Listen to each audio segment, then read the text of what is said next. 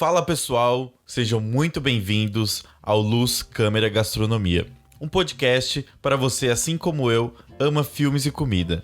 Meu nome é Zé Barreto e vamos para o quarto episódio dessa sequência de filmes e comidas que eu tô te indicando aqui. Bom, se você não me conhece ainda, talvez já deva ter me ouvido de outro podcast, que é o Filosofia de Boteco, ou se você já me segue nas redes sociais, @Zé Barreto, lá também eu ensino várias dicas e receitas do mundo da gastronomia. Então vamos lá, o filme de hoje, sem mais delongas, é Estômago.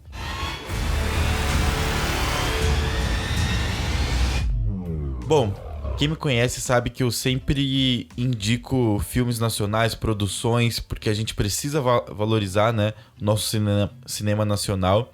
E eu não podia deixar de lado aqui nessa sequência de episódios falar sobre o nosso cinema nacional, valorizar a nossa arte brasileira. E aí, para não ser mais um clichê e trazer filmes famosos, né? Porque é engraçado quando a gente fala de filmes nacionais, o pessoal só lembra dos mais famosinhos, né? Cidade de Deus, Central do Brasil, O Alto da Compadecida, Tropa de Elite e por esses, e mais recentemente também Bacurau, né? Que ficou muito famoso, caiu na boca do povo. Mas calma, eu não tô criticando, ainda bem que a gente fala desses filmes, a gente precisa valorizar sim, são obras-primas. Porém, a gente precisa abrir mais o nosso campo de visão e não só falar desses filmes, mas assim de outros que também são extremamente excelentes.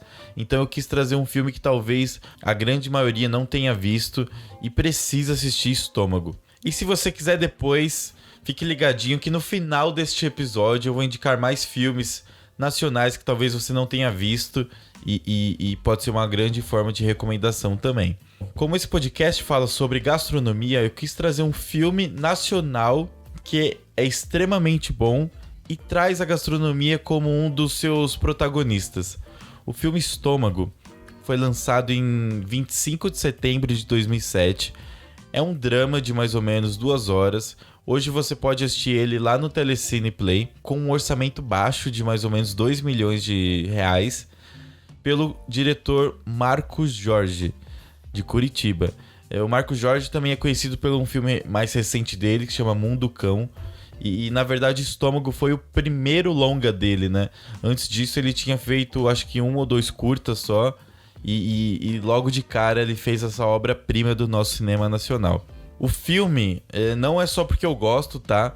Mas, trazendo provas aqui, ele foi vencedor de 39 prêmios.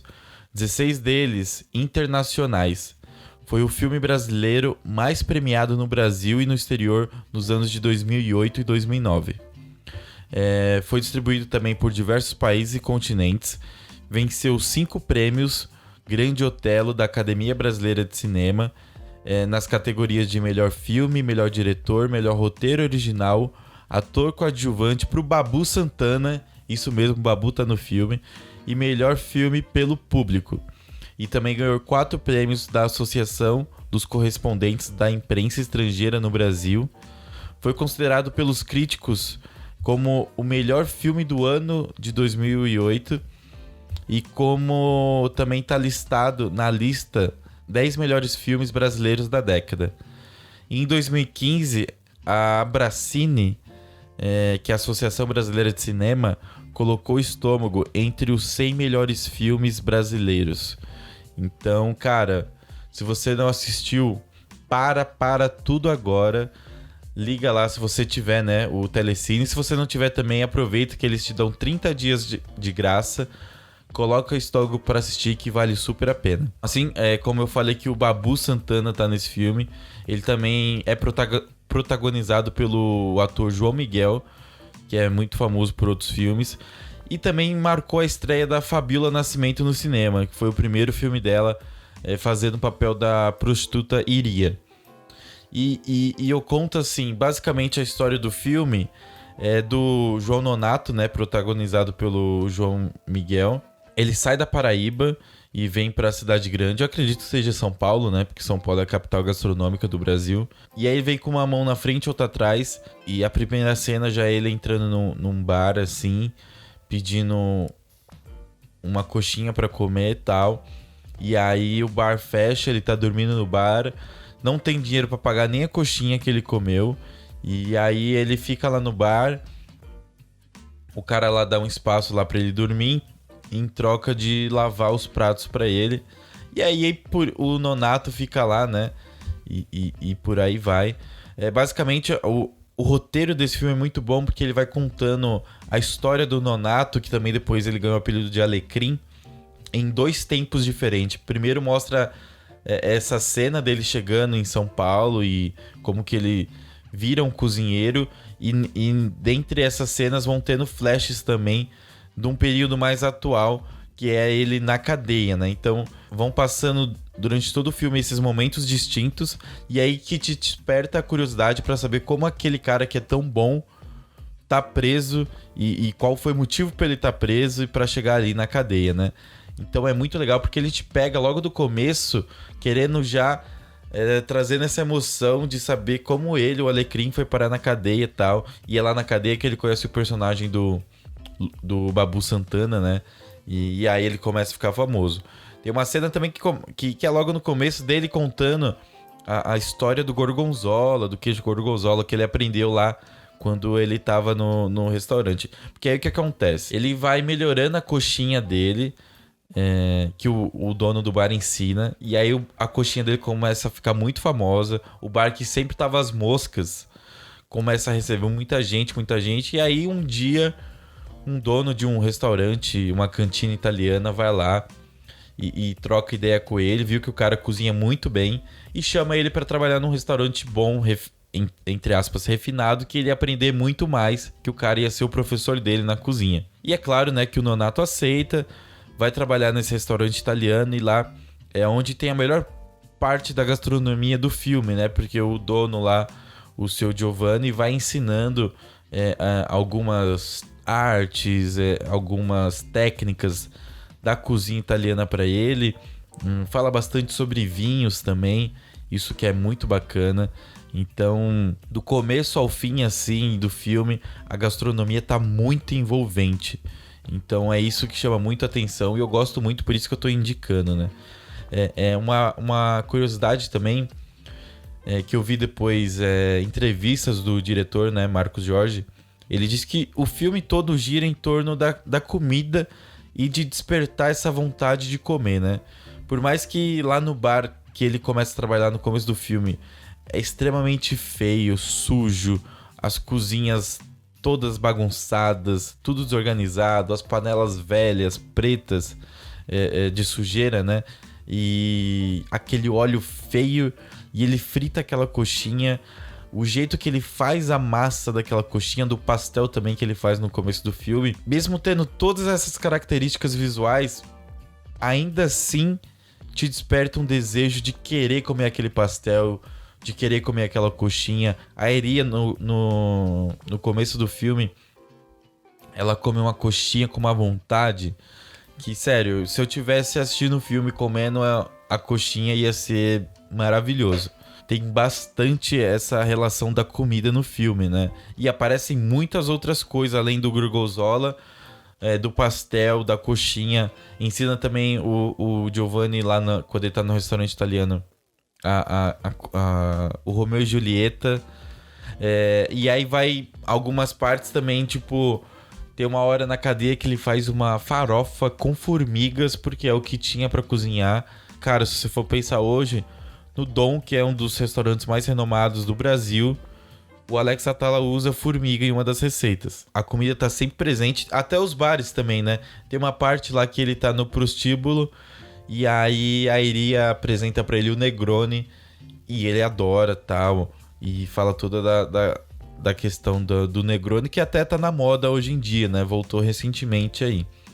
Então vale a pena assistir esse filme, e não vou te dar spoiler. Você vai ter que ver para entender por que o Nonato / Alecrim foi parar na prisão. Bom, e só para finalizar, não é um spoiler, mas é uma curiosidade que, se você for parar para pensar, presta bastante atenção quando você for assistir o filme, que é a primeira cena, assim que abre o filme, mostra só um close da boca do Nonato falando.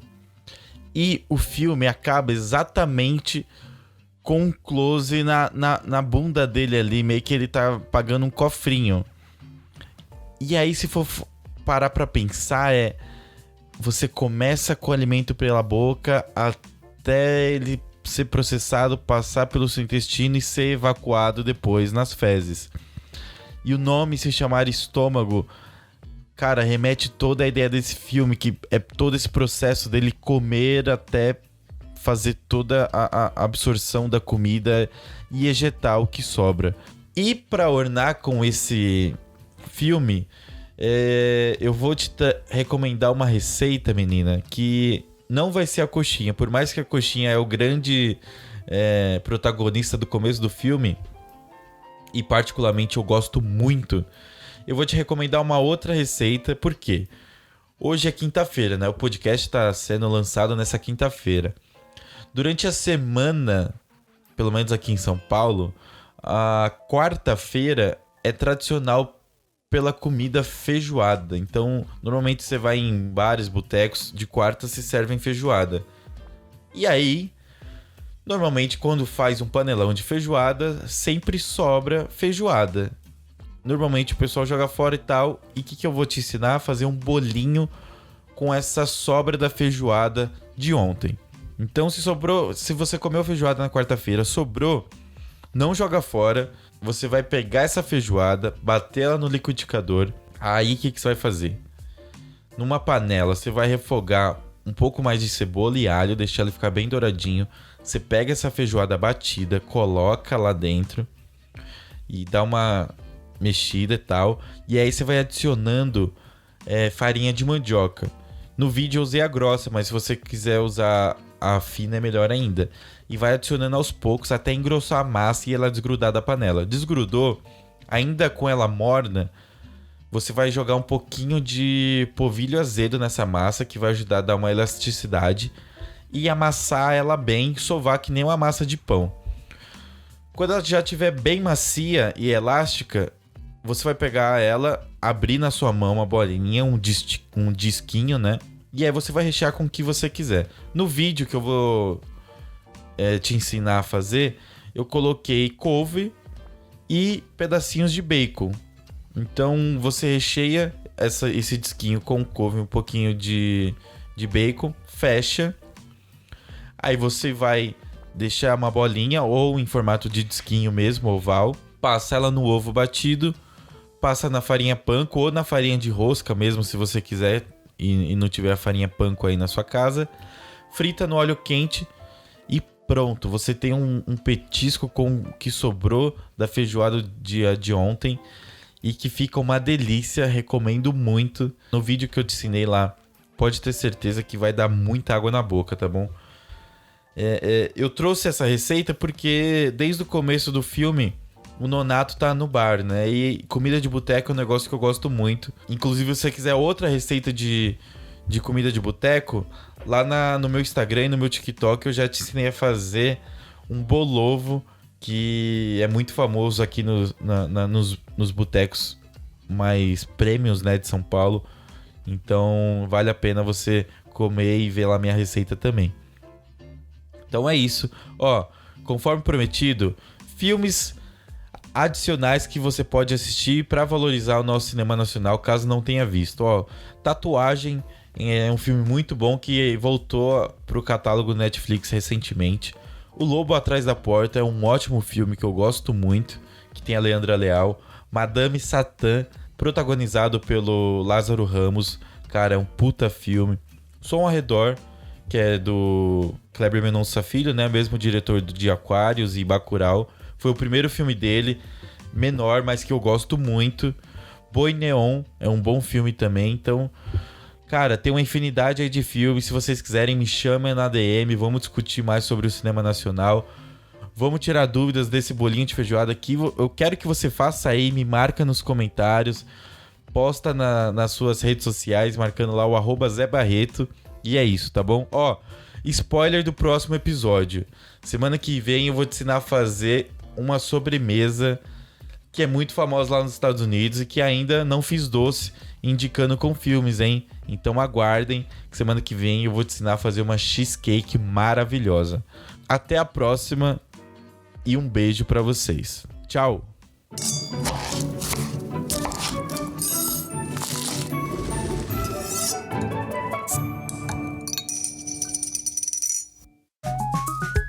Este podcast é produzido e editado por Braba House.